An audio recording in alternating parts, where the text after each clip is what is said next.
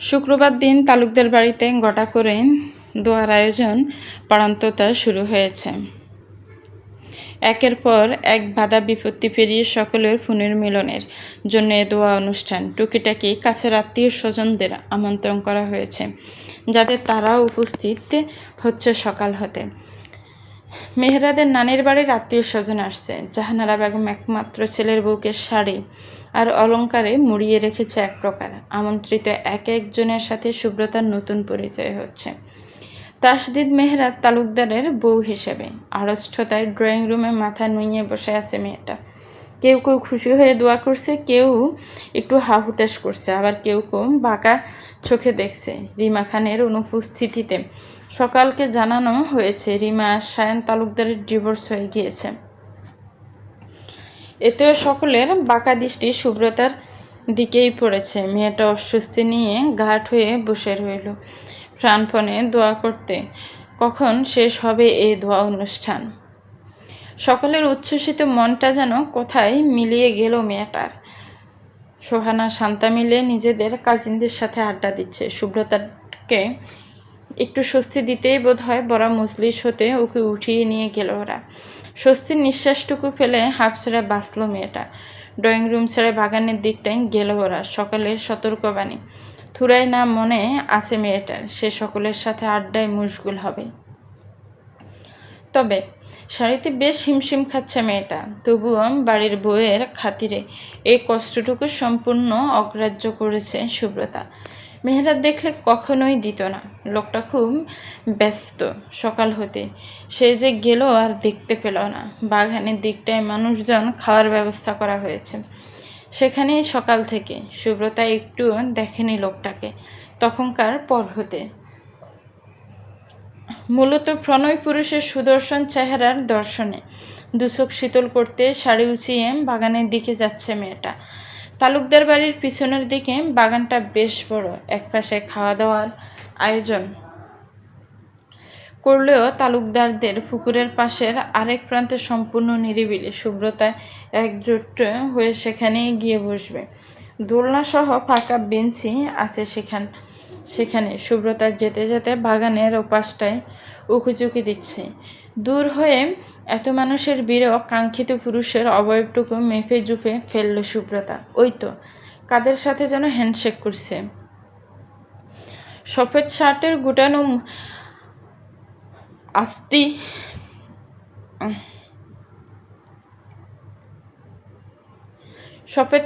গুটানো আস্তিনের কালো রঙা একটা গড়ি রৌদ্রের আলোয় চকচক করে উঠছে। পুরুষালীর আভিজাত্য ঠিকরে পড়ছে কুঞ্চিত ভ্রুযুগলের ঘোর বর্ণনের চেহারায়। মধ্য দুপুরের তপ্ত তাপদায়ক রৌদ্রে জ্বালাময় আলোক রোশনের খেলায় পুরুষালী সুদর্শন চেহারাটা কেমন ঝিলমিল করে উঠছে। প্রতিবেশীর দু একটা মেয়ে কেউ নির্লজ্জের মতো তাকিয়ে আছে। দেখো, উফ, অসহ্য। সুব্রতার উষ্ঠদয় ফাঁকা হয়ে এলো। বিরক্তির শ্বাস ফেলতে ফেলতে চরম লেভেলের মেজাজ খারাপ হতে লাগলো তার। একবার নির্লজ্জ মেয়ে দুটোর দিকে তীক্ষ্ণ দৃষ্টি নিক্ষেপ করে, পরক্ষণে আরেকবার মেহেরাতকে দেখে নিল আদুরে নয়ন তৃষ্ণার্ত দৃষ্টিতে। ছুঁয়ে দিল স্বামীর পুরুষ্ট ঠোঁট দুটো। তার জামাইটা কি ব্যস্ত, তার দিকে তাকাচ্ছেও না একটু। অভিমান জমল কি? অষ্টাদশীর বুঝ হয়েছে বেশ। বেচারির হুট করেই মনে পড়ল, ও হ্যাঁ, সে যে এখানে এটা তো জানেও না, তাকাবে কেন? মনে মনে বেশ স্বস্তি পেল। তার জামাইটা কোনো দিকেই তাকাচ্ছে না, ওই শকুনিদের দিকেও না। এটা বেশ প্রশান্তি তার জন্য। তবুও ভেতরের হিংসাত্মক সত্তাকে দমাতে পারল না সুব্রতা। বেঞ্চিতে বসতে বসতে বাকি মেয়েদের আলাপ আলোচনার মধ্য দিয়েই সোহানাকে সন্নিগ্ধ কণ্ঠে জিজ্ঞেস করলো, ওই মেয়ে দুটো কে যেন? পাশের বাড়িরই তো, না? হুম, ওই যে সালমা আন্টিদের বাড়ির আপুর সাথেই তো পড়ে। ওই আপুটা, তাই না আপু? বাক্য শেষে শান্তাকে জিজ্ঞেস করলো সোহানা। সুব্রতার মুখ থেকে বেঁকে আসলো অসন্তুষ্টিতে। ইস, আফু লাগাচ্ছে, অসহ্য। মনে মনে বিড়বিড়ালো মেয়েটা। শান্তা হাবোদক মাথা নাড়িয়ে সম্মতি জানালো। মেয়েটার মনটা আপাতত কিছুটা ভালো। কৌতূহলী স্বরে জিজ্ঞেস করলো, একজনকে চিনি, আরেকটা কে বলতে পারছি না। হঠাৎ ওদের কথায় জিজ্ঞেস করছিস যে? ওর বাবার সাথে তো ভালো সম্পর্ক, বড় বাবার, সেই আগে থেকে। এদের এখান থেকে সরাও আপু, খাওয়া দাওয়া হয়নি এখনো এদের, বাসায় পাঠানোর ব্যবস্থা করো। ঈর্ষান্বিত কণ্ঠে ফুসফাস করতে করতে অস্থির চিত্তে বলে উঠল সুব্রতা।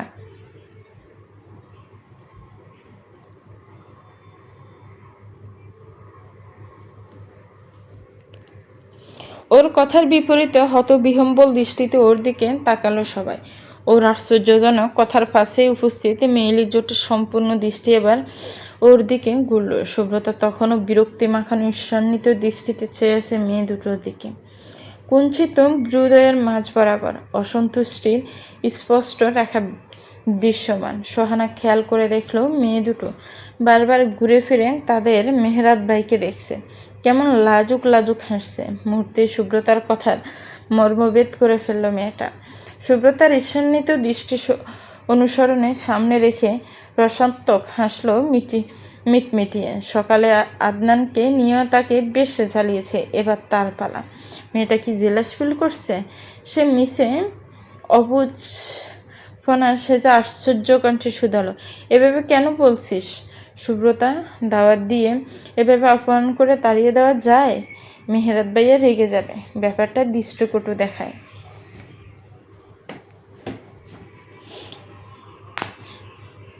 সুব্রতা ফোঁস শ্বাস ফেলে ছুটে যাওয়া মেজাজে নিয়ে বিরক্তি মাখা কণ্ঠে উচ্চারণ করলো, তোর দৃষ্টিকটু, তুই ধুয়ে পানি খা। ইবলিশগুলো চোখ দিয়ে গিলে খাচ্ছে আমার জামাইটাকে, আর তুই দৃষ্টিকটুর ছাতার মাথা নিয়ে পড়ে আছিস। এদের বিদায় কর ভাই, আমার মাথায় আগুন ধরে যাচ্ছে। অসহ্য ধৈর্যহীন কণ্ঠ অষ্টাদশীর। আর জামাইকে আরেকজন এমন ডেবিয়ে কেন দেখবে?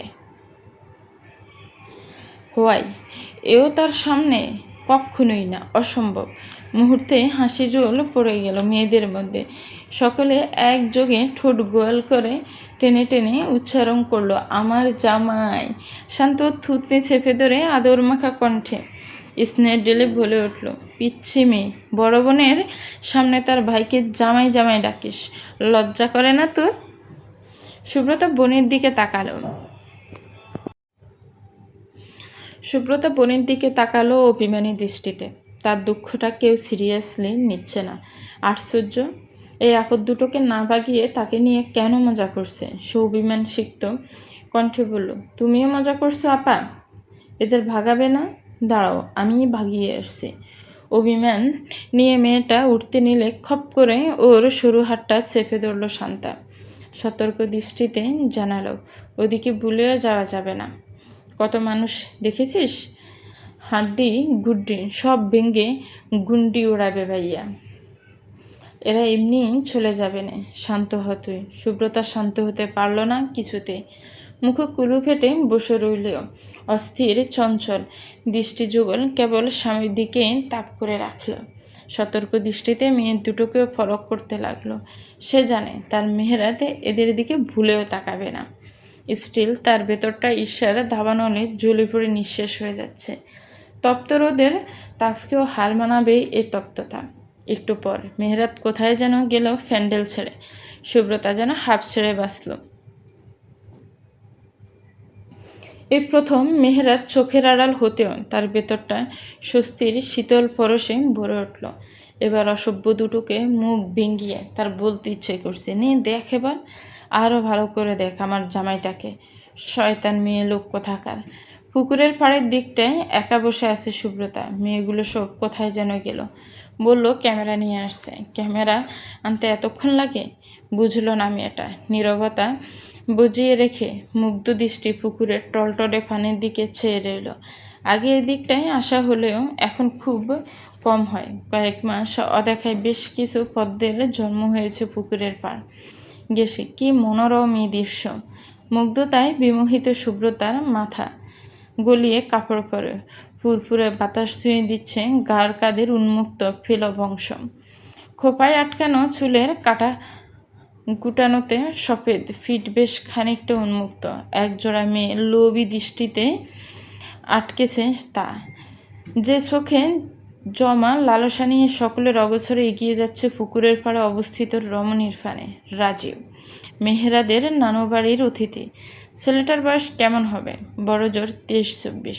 দু চোখের তারায় কি বিশ্রী নারীর নেশা। মন্ত্রমুগ্ধের ন্যায় মেইলি অবয়বের দিকে যাচ্ছে। কমনীয় ওই অংশটুকু আলাপ পরিস্থিতির বাহানায় হলেও ছুঁয়ে দিবে সে। চোখের লালসা হাতের ছোঁয়ায় তৃপ্তি মেটাবে। এই অনিত্য সৌন্দর্যকে ছুঁয়ে না দিলেই যেন জীবন বৃথা। এক লালসার শিকারী দৃষ্টিতে আটকিয়েছে তার নারী দেহ। এতে সম্পূর্ণ বেখবর মেয়েটা পিঠ ঘুরিয়ে বসে আছে পুকুরের দিকটায়। একটা লোভনীয় লালসা মাখা হাতের ছোঁয়া অনুভব করার আগে মুহূর্তে পিছন হতে বিকট আর্তচিৎকার কর্ণগুহুর হলো মেয়েটার। অনাকাঙ্ক্ষিত শব্দের ফাল্লা বিহম্বিত দৃষ্টিতে ধরপড়িয়ে উঠে দাঁড়ালো মেয়েটা। পিছু ঘুরতে নিলেও পায়ের গতি বেসামাল হয়ে পড়ে যেতে নিলে এক শক্তপোক্ত হাতের মুষ্ঠাবদ্ধ হলো শাড়ির আঁচল সংলগ্ন সরু বাহু। পিছু ঘুরে মেহেরাদের অগ্নিমূর্তি দেখে মুহূর্তে হকচকিয়ে উঠল মেয়েটা। রাজীব নামক ছেলেটার এক হাত শক্ত থাবায় মুচড়ে ধরে আছে এক হাতে, যার ব্যথায় কণ্ঠনালী ফেড়ে চিৎকারে ফেটে পড়ছে ছেলেটা। আর এক হাতের ব্যগ্র থাবায় তার বিহম্বলিত অস্তিত্ব আটকে। সুব্রতা কিছুই বুঝতে উঠতে পারল না। এ ছেলে এতটা কাছে কখন আসলো? মেহেরাত কখন আসলো? এভাবে হাত মুচড়ে ধরে রেখেছে কেন? তাও বুঝল না সে। শঙ্কিত দৃষ্টিতে চোখ দুটো উল্টিয়ে তাকিয়ে রইল মেয়েটা। সুব্রতাকে টেনে নিজের পিছু নিয়ে নিল মেহেরাত। রাজীবের আত্মচিৎকারে গুটি কয়েক মানুষ জড়ো হচ্ছে সেখানটায়। মেহেরাদের পা হতে মাথা অব্দির রক্তের স্রোত জ্বলছে উঠছে জ্বলন্ত স্ফুলিঙ্গের ন্যায়। ধমনীয় শিরা উপশিরা বেয়ে প্রবাহিত হচ্ছে আগুনের ফুলকি। ঘোর বর্ণের চোয়ালটা তীক্ষ্ণতায় দুর্বার তলোয়ারের ন্যায় ধারালো হয়ে আসছে। দাঁতের দাঁত চেপে ইস্পাত কঠিন চোয়াল সমেত মুচড়ে ধরা হাতের দৃঢ়তা বাড়ালো সে, যেন ভেঙে চুরমার করে ফেলবে তার ফ্রেশের দিকে বাড়ানো কুৎসিত নোংরা হাতটা। আদনান ছুটে এসেছে প্যান্ডেল ছেড়ে। আজ দীপ নেই। ছেলেটার কোনো খবর পায়নি এখনো তারা। আদনান এসেছে কিছুক্ষণ আগে। সুব্রতা মাথায় কাপড় টেনে সে কখনো শান্তা তারা সহ বাড়ির গিনেরা ছুটে এসেছে ঘটনাস্থানে। আদনানের দু চোখে আতঙ্ক। সেদিন চট্টগ্রামে যে রূপ দেখেছিল আজ ঠিক তারই প্রতিমূর্তির দণ্ডায়মান যেন তার সামনে। আতঙ্কিত কণ্ঠে মেহেরাদের দিকে এগোতে এগোতে বলল, কি হয়েছে? কি করেছ? ভেঙে যাবে তো হাতটা, স্যার। বাক্য শেষ করার পুষ্টটুকু দিল না মেহেরাত। হিংস্র ভাগের ন্যায় খ্যাফাটে দৃষ্টি ছুড়ে দিল আদনানের দিকে। গর্জে উঠে বলল, this bastard, how dare he! ওর নোংরা হাত দুটো কেটে টুকরো টুকরো করবো আমি। আতঙ্ক ছড়ালো সমগ্র ঘটনাস্থল জুড়ে। সুব্রতা আটকে উঠল। হৃদযন্ত্র খামছে উঠল নিষ্ঠুর হুঙ্কারে। কি হলো? কখন হলো? কিছুই বুঝছে না মেয়েটা। হৃৎপিণ্ডের অস্বাভাবিক ছুটাছুটিতে পা ভারী হয়ে আসতে চায় মেয়েটা। আদনান যেন বন্ধুর সম্পূর্ণ মনোভাব ধরে ফেলেছে। আতঙ্কতা ছড়িয়ে পড়ল সমগ্র অস্তিত্ব জুড়ে। মেহেরাতকে থামানোর শুরু অনুযোগ করল। এটা নিয়ে পরেও দেখা যাবে মেহেরাত, এখন থাম প্লিজ ভাই, সিনক্রেট করিস না। তোরই relative. No way, relatives my food, my house, my rules. কোনো সিনক্রেট না। কি হয়েছে বাবা? ও কি করেছে? ছেলেটার হাতটা ভেঙে যাচ্ছে তো, ছেড়ে দে বাবা। অস্থির চিত্তে ছেলের দিকে এগিয়ে গিয়ে বলল জাহানারা বেগম। তার বাড়ির লোকজন হাই হাই করছে সকলে। কারো কোনো অনুরোধ অনুযোগ কর্ণগুহর গোচর হলো না ক্রোধান্বিত মানবের। বেখেয়ালিতে দুহাতের মুঠোয় দৃঢ়তা ডালতে ব্যথায় কুকিয়ে উঠল সুব্রতা। চটফটিয়ে উঠল বলিষ্ঠ থাবা হতে মুক্তি পেতে। মেহেরাত ঘাড় বাঁকিয়ে জ্বলন্ত দৃষ্টিতে তাকালো ওর দিকে। মুহূর্তেই আতঙ্কের হৃৎপিণ্ড স্থির হয়ে সর্বাঙ্গ জমে গেল মেয়েটার। ধারালো দৃষ্টির কবলে প্রাণ কুণ্ঠাগত রমণীর লালিত্য রূপে আজ একদমই মোহিত হলো না উন্মাদ পুরুষ। তার শুভ্র ফুলটাকে কেউ নোংরা হাতে ছুঁতে চেয়েছে। সেটা মগজ কাঁপিয়ে তুলতে চাপা হুঙ্কার ছুড়ে সুব্রতার দিকে ঝুঁকে দাঁতে দাঁত ফিসে হিসিয়ে উঠল মেহেরাত। শাড়ি পরেছিস কেন? কার অনুমতিতে? এক্ষুনি রুমে যাবে, রাইট নাও। তোকে রুমে গিয়ে দেখছি আমি। শান্তা চেঁচিয়ে ডেকে উঠল শান্তাকে। দরপরীয় ক্রস পায়ে এগিয়ে এসে সুব্রতাকে নিয়ে দূরে সরে গেল শান্তা। ব্যথায় ছটফটিয়ে আকুতিতে মিনমিন করে ছাড়া পেতে চাইছে ছেলেটা, কিন্তু মেহেরাত তো তার প্রেয়সীর ক্ষেত্রে সম্পূর্ণ হার্টলেস। উপস্থিত কারো অনুনয় বিনয় কিছুই কাজে আসলো না।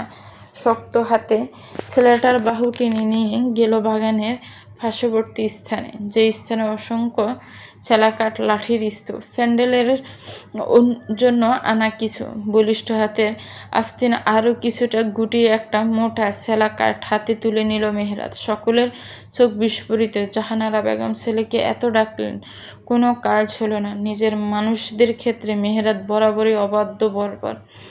ছেলাকাঠের এক একটা কাঠের আঘাত হাতে ছেলেটার বাড়ানো সেই নোংরা হাত গজরাতে গজরাতে হুঙ্কার ছুড়ে, জানোয়ার, কোন সাহসে হাত বাড়িয়েছিলি? কার বাড়িতে এসেছিস? ভুলে গিয়েছিস? বাস্টার্ড, তালুকদার বাড়িতে এসে নোংরামি করিস? এই বাড়ির মেয়ের দিকে কুনজর? এই তাসদিন মেহরাত তালুকদারের বউয়ের দিকে লালসার চোখে তাকাস? কুত্তার বাচ্চা, তোর হাত আমি কেটে কুত্তাকে খাওয়াবো। সকলের স্তম্ভিত দৃষ্টি মেহরাদের আনা এক একটা আঘাতের উপর। রাজীব লুটিয়ে পড়েছে মাটিতে। মেহরাত তবুও থেমে নেই। নোংরা হাতটায় পায়ে ফিসে দাঁড়িয়ে আছে দাপটে। আজমল নামের একটা দিকে তাকিয়ে আদেশ ছুড়ল, আজমল, গাড়ির ডেকিতে কাটারি আছে, নিয়ে আসো ফাস্ট। রক্তশূন্য প্যাকাশে হয়ে উঠল সকলের মুখশ্রী। আদনান চেঁচিয়ে উঠল, চারদিকের মানুষ দেখছে মেহরাত, থাম please. Who cares, who fucking cares? দাঁতের দাঁত ফিসে প্রবল আক্রোশ ঢেলে বলতে বলতে আঘাত করতে থাকে মেহরাত। প্রতিটি আঘাতে ছেলেটির গগন বিদারী চিৎকার কাঁপিয়ে তুলছে চারিপাশ। এক একটা আর্ত চিৎকার, শরীর লোমকূপ কেঁপে উঠছে ভয়ে। সন্ধ্যার সময় সকলে একত্রিত হয়ে ড্রয়িং রুমে বসে। কারো মুখে রামাত নেই। একটু আগে রাজীব নামের ছেলেটাকে হাসপাতাল ভর্তি করে এসেছেন তারা। সকল ফর্মালিটিস পূরণ করে আসতে আসতে দেরি হয়েছে। মেহরাত দক্ষ যন্ত্র ভাদিয়ে কোথাও যেন ভ্যানিশ হয়ে গিয়েছে সেই বিকেল থেকে। সকলের যোগাযোগের নাগালের বাইরে। আলতাপ তালুকদার ছেলের উপরে বেজায় ছুটেছে আজ। কি হয়েছে? কোথা থেকে হয়েছে? কেন এমন করলো? কিছুই জানালো না বর্বর ছেলেটা। শুধু আর একটা ছেলেকে মেয়ের আদমরা করে বসে আছে। এক একজনে দীর্ঘ নিঃশ্বাসের ভারে থমথমে নিঃশব্দে নীরবতা বয়ে যাচ্ছে ড্রয়িং রুম জুড়ে। শুধু রোজার ছোট্ট মেয়েটা সুব্রতার কোল হতে একটু পরপর মৃদু আউ শব্দ ভেসে আসছে। কম্পিত দুরু দুরু বুক নিয়ে মেয়েটা সেই দুপুর থেকে ড্রয়িং রুমে গুড়গুড় করছে। শাড়ি চেঞ্জ করার পর থেকে বুলো মেহেরাদের সামনে পড়েনি। ভয় আতঙ্কে মিশেলে মেয়েটার লাজুক তনু এইটুকুনি হয়ে আছে একদম পেছারি। রোজারা খুব শীঘ্রই কানাডা ব্যাক করবে। স্ত্রী কন্যাকে নিয়ে চলে যাওয়ার সকল ব্যবস্থাই করে ফেলছে জাবের। অনেক আগে চলে যেত, শুধু হুট করেই রোজার দেওয়া সুসংবাদে আটকে যেতে হয়েছে। ছেলেটা দিন দিন এত বদমেজাজি উগ্র হচ্ছে, মাথা কাজ করছে না আমার। ছেলেটা আরেকটু হলে মারাই যেত। নীরবতা ভেঙে তেতো বিরক্ত শ্বাস ফেলে বলল আফতাব তালুকদার, তুমি আমার ছেলেটাকে বকছো কেন? ওই ছেলেটা নিশ্চয়ই কিছু করেছে। এমনি এমনি কি করেছে নাকি? তুমি শুধু দেখো আমার ছেলেটার যেন কোনো ক্ষয়ক্ষতি না হয়। কান্না বিজড়িত কণ্ঠে বললেন জাহানারা বেগম। সমান অশ্রু বিসর্জন দিচ্ছেন তিনি ছেলের দুশ্চিন্তায়।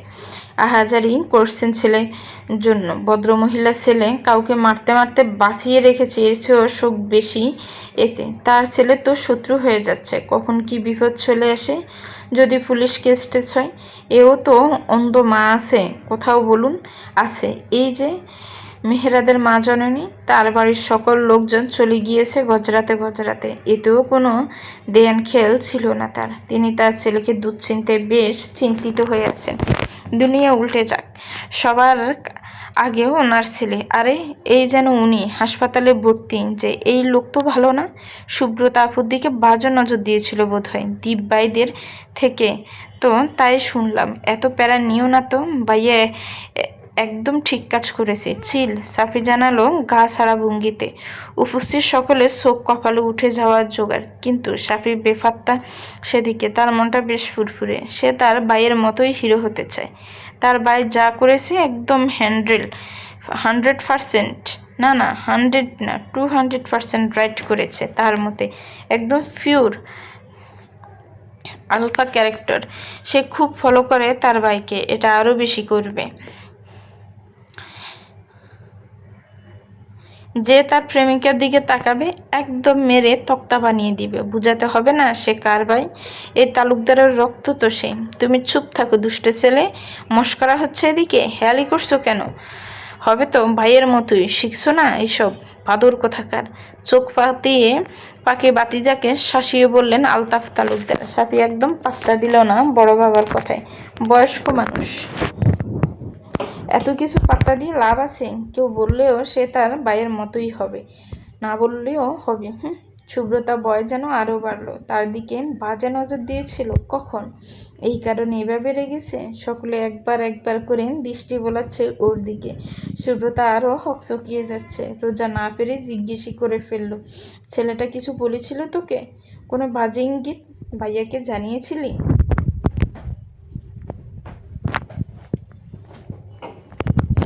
জড়সড় হয়ে দুপাশে মাথা নাড়ালো সুব্রতা। কোলের ছোট্ট নাজুক অস্তিত্বটা আরেকটু বুকে চেপে বুঝে আসা ক্ষীণ স্বরে জানালো, আমি কিছু জানি না আপু। ছেলেটাকে তো ভালো করে দেখিও নি আমি, শুধু একবার ড্রয়িং রুমে দেখেছিলাম, ব্যাস। ওনাকে কি বলবো আমি?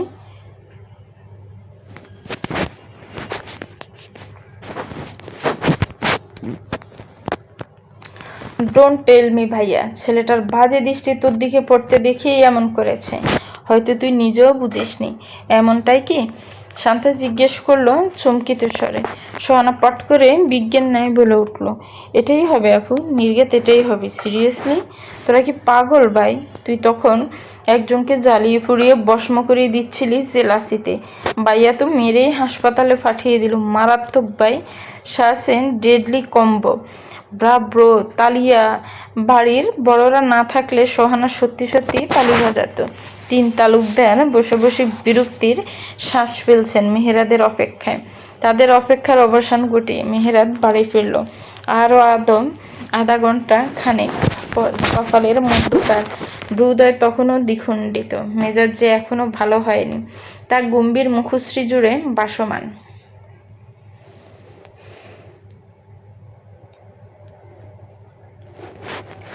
আলতাফ তালুকদার ছেলেকে দেখে ব্যঙ্গাত্মক স্বরে বলল, আসেন বসেন বাবা, আমার গুণধর ছেলে। কোথা থেকে আবার রাজ্য উদ্ধার করে আসলেন? একবার দক্ষ যন্ত্র বাঁধিয়ে শান্তি হয়নি? মেহেরাদ মুখ তখনও পাথরের মূর্তির শক্ত কঠিন হয়ে আছে, গম্ভীর মুখশ্রী জুড়ে উপচে পড়া ক্ষোভের লেলিহীন শিখা। কথায় প্রত্যুত্তর না করলো, দাম্ভিক কদমে বাবা চাচাদের বরাবর সোফায় আসন গেড়ে বসলো নির্বিকারে। সুব্রতা আড়ে আড়ে দেখে নিষ্ঠুর বয় মানবকে দৃষ্টিতে দৃষ্টি মিলে যায় অতর্কিতে। বাজ পাখির মতো ধারালো দৃষ্টিতে হৃৎপিণ্ডটা জঙ্কার তুলো কম্পিত হতে থাকে মেয়েটা। ছোট্ট নাজুক তনু জমে আসে নাশকারী ছাউনিতে। সে বেচারি বুঝলো না তার দোষ কোথায়, করলোটা কি। এই কঠোর দৃষ্টি কিছুতেই হজম সম্ভবপর নয় তার দ্বারা। কাসুমাসু চেহারায় মেয়েটা আলগোছে কম্পায়মান, পদুযুগল ফেলে সরে গেল সেখান থেকে, আড়াল হয়ে দাঁড়ালো বাজ পাখির দৃষ্টির কবল থেকে। রোজা মেয়েকে নিল সুব্রতার কোল থেকে। মেয়েকে ফিডিং করানো প্রয়োজন, সে কখন খেয়েছে। হুট করে সুব্রতার খালি খালি লাগতে লাগলো নিজেকে, ছোট্ট পরিটার মতো। তারও যদি একটা আটকে উঠল মেয়েটা নিজের চিন্তা ভাবনা। কি ভাবছিল সে? এটা হবে এখন? কখনোই না। যে সতর্ক ওই লোক সেদিন সকালে জোর করে দুই ফিল গিলিয়েছে, সে জিজ্ঞেস করাতে বলেছে পেন কিলার, সে নাকি কোনো রিস্ক নিতে চায় না, ব্যাস। মুখ মোচড়ালো মেয়েটা মনে মনে। আবার মন খারাপ হলো একটু মেয়েটার, আবার নিজেকে শাসালো। এরকম একটা সিরিয়াস মোমেন্টে এসব হাবিজাবি কল্পনায় বাসার মানে কি? আশ্চর্য। কিছু বলছো না কেন? এরকম উগ্রতার মানে কি? ছেলেটার হাত দুটো একদম নিঃশেষ করে দিয়েছ। কোনো মানুষের কাজ এগুলো? কোনো ভদ্র ফ্যামিলির ছেলে এসব করে না।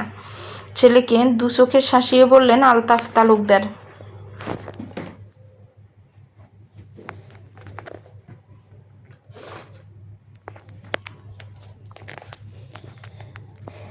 আমি ভদ্র? কে বলল তোমায়? When it's about my love and wife I am the most অভদ্র, উগ্র, ডেঞ্জারাস ওয়ান। হাত দুটো কেটে ফেলতে পারলে ভালো হতো, নির্লিপ্ত কণ্ঠে জানালো মেহরাত। শীতল কণ্ঠের বাক্যবায়ী পুরো ড্রয়িং রুমে সাফা অস্থিরতায় ছড়িয়ে দিল। শায়ন তালুকদার অধৈর্য গলায় জানতে চাইলেন, হয়েছেটা কি? বলবে তো? কেন করলে এসব? মুহূর্তেই বিদ্যুৎ স্পষ্টের ন্যায় ঝনঝন শব্দে মেতে উঠল ড্রয়িং রুম। সোফার সাথে লাগোয়া ফুলদানিটা ঝনঝন শব্দ তুলে তুলে খণ্ডিত হয়ে আছে বলিষ্ঠ হাতের মুষ্টাঘাতে। ঘটনারা চমকে হতে উপস্থিত প্রাণ সকল চমকে উঠল, শিউরে উঠল ছেলের বেপরোয়া ফারদের উত্তাপ দেখে। জ্বলন্তি স্ফুলিঙ্গের ন্যায় জ্বলসে যাচ্ছে মস্তিষ্কের প্রত্যেকটা স্নায়ুতন্ত্র। নোংরা ওই হাতটা শুভ্রাকে ছুতে যাচ্ছিল, তার ভালোবাসাকে বাজেভাবে ছুতে যাচ্ছিল, কুলুষিত করতে চাচ্ছিল তার পবিত্র ফুলটাকে। এটা মানুষপটে বেশি উঠতে আবারও ধ্বংসযজ্ঞ ছাড়াতে ইচ্ছে করছে মেহেরাদের। রক্তলাল দুচোখের তির্যক দৃষ্টি ছুড়ে হুঙ্কার চুড়ল। নোংরা হাত বাড়াচ্ছিল আমার ওয়াইফের দিকে। মা, ওয়াইফ, ক্যান ইউ ইমেজিং? আমি বেঁচে থাকতে কেউ আমার বাড়িতে আমার ওয়াইফের দিকে বাজে নজর দেয়? Can you? মা লাভ মাই ওয়াইফ, মাই ফাউড। ওকে ছুতে ছাওয়া এই নোংরা হাত দুটো আস্ত রাখবো আমি? কি মনে হয় তোমাদের? গড শয়ার, যদি সফল হতো আজকের দোয়া অনুষ্ঠান জানাজায় পরিণত করতাম। পুরো লিভিং রুম জুড়ে নিঃশব্দিক নীরবতা। মেহরাদের মুখ থেকে নিষ্কৃত এক একটা শব্দ মহাবিশ্বের সকল ভালোবাসার দৃষ্টান্ত যেন। যে তার ভালোবাসার জন্য দুনিয়া গড়তে পারবে, আবার তাকে রক্ষার্থে দুনিয়া দু হাতে গুড়িয়ে দিবে। সকলের অবাক বিস্মিত দৃষ্টির ভিড়ে একমাত্র সুব্রতার দু চোখ অশ্রুসিক্ত। সে জানে এই মানুষটা তাকে উন্মাদের মতো ভালোবাসে, কিন্তু ভালোবাসার দৃষ্টান্ত যে এতটা প্রগাঢ়, মেয়েটা অন্তরাত্মা কেঁপে ওঠে সুখময় শীতল স্রোতে। খুশির জোয়ারে অশ্রুরা ঢেউ তুলছে দু চোখে। মনে মনে বার করে ঘোষিত হয়, I am your love, your wife, your everything, my love. ঘটনা বুঝতে পেরে ছেলের অগ্নিমূর্তির পাশে আর কিছু বলার হিম্মত করলেন না আলতাফ তালুকদার। বাড়ির মেয়ে কিংবা সমগ্র নারী জাতির উপরেই পুরুষের লোলুপ দৃষ্টির প্রতি কঠোর নিন্দা তাদের। শায়ন তালুকদারের বুক ফুলে উঠল ভাতিজা কম মেয়ের জামাইয়ের বেপরোয়া ভালোবাসা দেখে। ছেলের বলিষ্ঠ কাজ সাপড়ে স্থান ত্যাগ করলেন, তেমনি একে একে সকলেই চলে গেল। শান্তা সোহানা দু বোনে ব্যথা মিশ্রিত দু চোখে সুব্রতা নামক সবচেয়ে অবাগী আবার সবচেয়ে ভাগ্যবতী মেয়েটাকে দেখে গেল। বোনের কাঁথা হাত ঘেঁষে মৃদু ফিসফিসে আওড়ালো, আওয়ার লাকি গার্ল। তোর কিছু না থাকলেও প্রাপ্তির খাতাটা সবচেয়ে ভারী তোরই হবে, কারণ তোর মেহরাদ নামক একজন ভালোবাসার মানুষ আছে। আল্লাহ দেওয়ার সবচেয়ে বড় ভারী নিয়ামত আমাদের ভাইয়া। তুই খুব লাকি সুব্রতা, কখনো অভিযোগ করবি না এই বলে যে তোর কিছু নেই। যার ভাইয়ার মতো ভালোবাসার মানুষ আছে তার সব আছে। তুই সম্পূর্ণ পরিপূর্ণ, একদম স্বয়ং সম্পূর্ণ।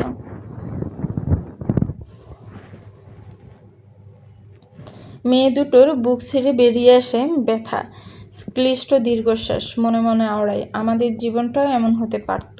আমাদের ভালোবাসা এত বাধা কেন? নেই কেন কোনো গন্তব্য? কেন? বাড়ির দু গিন্নি তখন রান্নাঘরের দেয়ালে আড়ালে, সাথে স্বপ্না খালাও আছে। ভদ্রমহিলা মুখ মুচড়াচ্ছেন আড়াআড়ালে, দৃষ্টির অগোচরে। এই এক ছেলের কল্যাণে কিছুদিন যাবৎ তার শুধু ভাঙা জিনিসপত্র পরিষ্কার করতেই দিব কাবার হয়ে যায় নওয়াব জাদাফু। এদিকে খাবারের আয়োজন হাত চালাতে চালাতে সুব্রতাকে দেখছে কিছুটা এগোতে এগোতে, দেখে কিছুটা ভীত সমস্ত হলো জাহানারা বেগমেরা। ছেলেটা যে রেগে আছে, চটপাট না করে আবার উন্মুক্ত দৃষ্টি ড্রয়িং রুমে। শান্তা সোহানা যেতে যেতে এদিকেই দেখছে, যেন বিশেষ কোনো নৈসর্গিক মুহূর্তের সাক্ষী হতে চায় তারা। সুব্রতা পলক ঝাপটিয়ে দু চোখের উৎসুম বাঁধন হারা করে বুক ভরে শীতল শ্বাস টেনে ধীর কদমে এগোচ্ছে তার হৃদয়স্পর্শী পনই পুরুষের কাছে। ভাঙা ফুলদানি হাত পা এড়িয়ে পৌঁছানোই নিজের সম্পূর্ণ অস্তিত্বের মুখোমুখি। অস্থির বাড়ি নিঃশ্বাসের প্রবাহে বেগতিক উঠানামা করছে মেহেরাদের সুগঠিত চড়া বুক। সুব্রতার নাজুক তনুশ্রী দৃষ্টিগোচর হতে ক্রোধ সংবরণে দু চোখ খিচে বুঝে ফেলল মানব। মেয়েটার উপর রাগ দেখাতে চায় না সে, কিন্তু ভেতরটা জ্বলছে ওঠে মেয়েটার শাড়ি পরার দৃশ্যটুকু মনে পড়ল। কেন পড়েছিল এত মানুষের সামনে? কেন কেন উন্মুক্ত থাকবে পৃষ্ঠদেশ? কেন? তার প্রতি মেহেরাদের ক্রোধান্বিত দৃষ্টির অন্তর্নিহিত অর্থ অনুধাবন করেছে সুব্রতা, বুঝেছে তখনকার হুঁশিয়ারি বাক্যের তাৎপর্য। নিজেকে সম্পূর্ণ মেহেরাদের সংস্পর্শে এনে পরম অধিকার বুদ্ধে মুখ ডোবায় ঢেউ খেলানো ছড়া বক্ষপাটে সরু দুহাতে আঁকড়ে ধরে বলিষ্ঠ পৃষ্ঠদেশ। তীব্র অনুভূতির জোয়ারে মুষ্টিবদ্ধ হয়ে আসে শপথ ষাটখানা সিক্ত কণ্ঠে আদুরে বালিকার ন্যায় আওড়ায়। আপনার জন্য ছাড়া আর কখনো শাড়ি পরবো না। এত মানুষের সামনে তো ভুলেও না। বেখেয়ালি তো একদম থাকবো না। আপনার ভালোবাসার কাছে নিজেকে খুব তুচ্ছ মনে হয় মাঝে মধ্যে মেহেরাত ভাই। এক পৃথিবীর সমান আপনায় ভালোবাসলেও আমি বিশ্ব ব্রহ্মাণ্ডের ভালোবাসা সঁপে দেন আমায়। আপনার সাথে পাল্লা দিয়ে একদম পেরে উঠি না আমি। এত ভালোবাসা? ভালোবাসি। ফিসফিসে সরল স্বীকারোক্তির ফাঁকে ফাঁকে দুঠোর ছুঁয়ে যায় উত্তাল বক্ষ মাঝে। জগৎকাল বলে আদুরি স্পর্শে মাখিয়ে দেয় স্বামীর বক্ষতল। পাঁচ জোড়া দৃষ্টি তৎক্ষণাৎ সরে যায় প্রেমিক যুগলের মধ্য হতে। স্বস্তির নিঃশ্বাস ফেলে আওড়ায় তালুকদার বাড়ির বড় ছেলের সকল উন্মাদনার মহৌষধ সুব্রতা তালুকদার। এতটুকুনি মেয়ের কাছেই ওর স্বস্তি। আগুন হলে পানি হয়ে যায়, বরফ হলে গলে যায়, সব ওর সান্নিধ্যেই সম্ভব। মেহেরাদের দুহাতের মুঠো শক্ত হয়ে আসে। রুক্ষ সোয়ালের কঠোরতা কমে ধীরে ধীরে মসৃণতা সঞ্চালিত হচ্ছে। উত্তেজনার পারদটা নেমে গিয়ে ভেতরটা গভীর শীতলতায় জুড়িয়ে আসছে একটু একটু। অস্তিত্বে মিশে থাকা সুব্রতার দুহাতের বাঁধনে আরও দৃঢ়তা আসতেই তপ্তশ্বাস ফেলে ব্যাঘ্র হাতের মৃদু ধাক্কায় নাজুক প্রেয়সীকে আরেকটু মিশিয়ে নেয় নিজের অস্তিত্বে। একদম ফিসে ফেলে বক্ষ মাঝে, যেন দেহে প্রাণে পরম শান্তি বর্ষিত হচ্ছে। প্রশান্তিময় স্বরে স্বগতিক আওড়ায়, এই সরলতা দিয়েই ঘায়েল করে রেখেছিস। এই যে আদুরে ছানার মতো আমার সঙ্গ চাস, তখন তোকে মহাবিশ্বের সবটুকু ভালোবাসায় মুড়িয়ে রাখতে মন চায়, সবটুকু সুখ পায়ে ঢেলে দিতে মন চায়। এভাবেই তো সেই প্রথম থেকে দিল খুঁড়িয়েছিস। আমায় একটু স্বস্তি দিবি তো? তৎক্ষণাৎ মাথা উঁচিয়ে স্বামীর দুচোখে সরল দৃষ্টিপাত করে সুব্রতা দুচোখের ভারী পল্লব ঝাপটিয়ে দুঠোঁট নাড়িয়ে মৃদুস্বরে ফিসফিসিয়ে বলে, দেই না বলছেন? সুব্রতার মিটে রসাক্ত কণ্ঠ, দুঠোঁটের গতি এত কম। মেহেরা তবুও বুঝেছে ওর কথা। প্রেয়সীর বাসা দুচোখের ইশারা। অবিলম্ব অদর কোন বেঁকে আসে মেহেরাদের। এতক্ষণের রণমূর্তি যে প্রসন্ন শান্তরূপে ফিরে এসেছে তা দেখে স্বস্তি পায় সুব্রতা। ভেতরে ভেতরে স্বস্তির ভারী নিঃশ্বাস ত্যাগ করে মেয়েটা। চলবে তো ভিউয়ার্স, গল্পটার এই পর্ব কেমন লেগেছে একটি কমেন্টস করে জানাবেন। গল্পটা ভালো লাগলে একটি লাইক করবেন, গল্পটাকে শেয়ার করবেন, আর আমার চ্যানেলকে সাবস্ক্রাইব করবেন।